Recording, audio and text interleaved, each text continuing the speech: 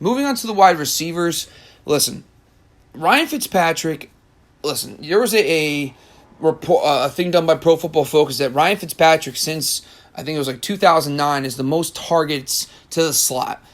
And listen, I get it. Pro Football Focus, they brought that up. That's great. But the problem is that's very skewed to his time when he was with Stevie Johnson in Buffalo and Eric Decker and with New York Jets.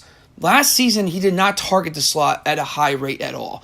Adam Humphries was more of a Jameis Winston guy than he was. You would see Ryan Fitzpatrick throwing downfield more to Sean Jackson and Mike Evans, and O.J. Howard was even more involved downfield.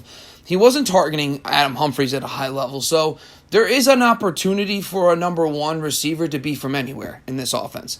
It's really what Ryan Fitzpatrick latches onto. Albert Wilson's injury does put him at a disadvantage, and it puts guys like Kenny Stills, for example, once again, who could be a great late-round flyer, as a number one option in this offense, as a low-end wide receiver 3, because of the fact that there isn't a lot of proven weapons or healthy weapons at this time. So I think the best thing right now is to take that wait-and-see approach. If you're heading into drafts, probably in July, early August, before we get better understanding, you got to make sure, if you're going to look at one of these guys, this scheme does allow anyone, and I mean anyone, to emerge. There isn't a feature, like for example, the Kyle Shanahan scheme has the featured X receiver.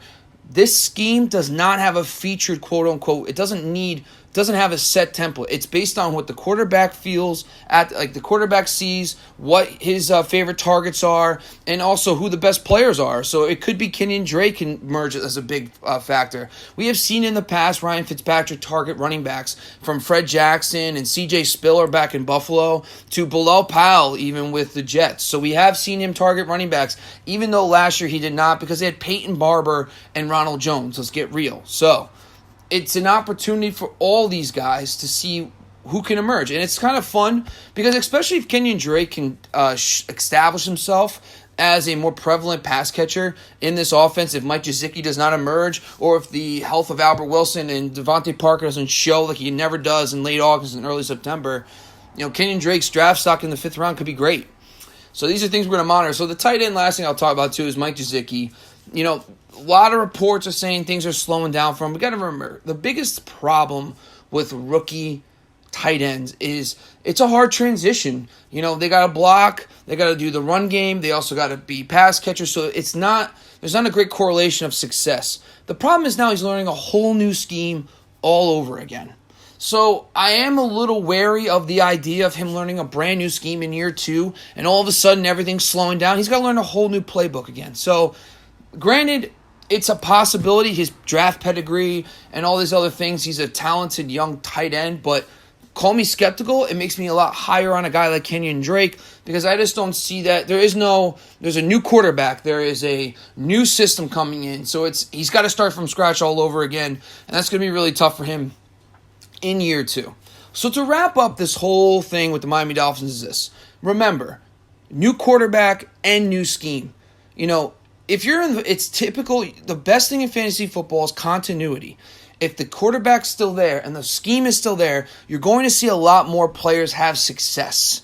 So if you're trying to take flyers on guys, you want to see continuity. And the Miami Dolphins are the definition of not that.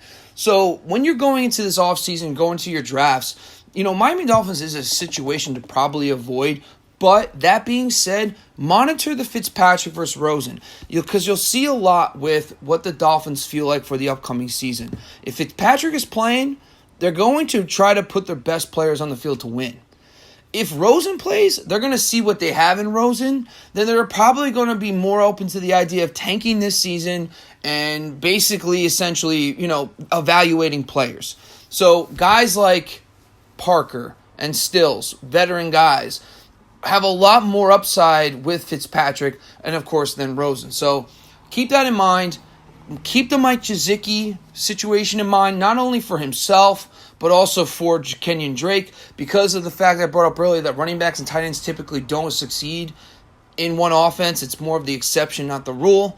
So that's kind of my evaluation on Chad O'Shea, what he's bringing to the Miami Dolphins, and what Ryan Fitzpatrick and Rosen can bring to this offense as well. But we'll check back in later in the offseason once we hear a little bit more about what the direction of these players are under this new regime, who's standing out. Obviously, right now we don't know much about Albert Wilson because he's coming back from injury. And, OTAs and training camp, mini camp, we didn't see a lot of pads on or no pads at all. So, keep that in mind. So we'll check back in. Once again, this is Bobby Lamarco for the Fantasy Football X Factor. Please go follow me on Instagram and Twitter, and we can also check in from time to time. Feel free to DM me with any questions.